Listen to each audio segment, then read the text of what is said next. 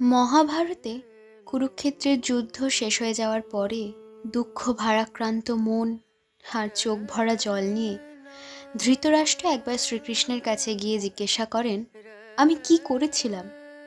আমার কোন পাপের জন্য আমার 100টা পুত্রকে আমায় হারাতে হলো?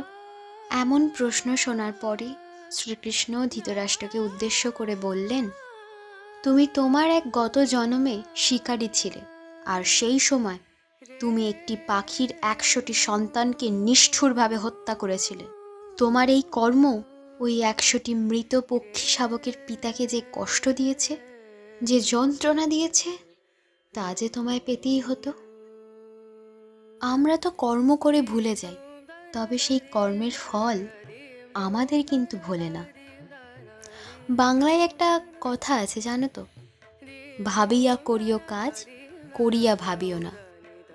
তুমি এই জন্মে যা কিছু করছো, যতটুকু করছো, তার মাধ্যমে তুমি তোমার আগামী জন্মের সূচিপত্র তৈরি করছো।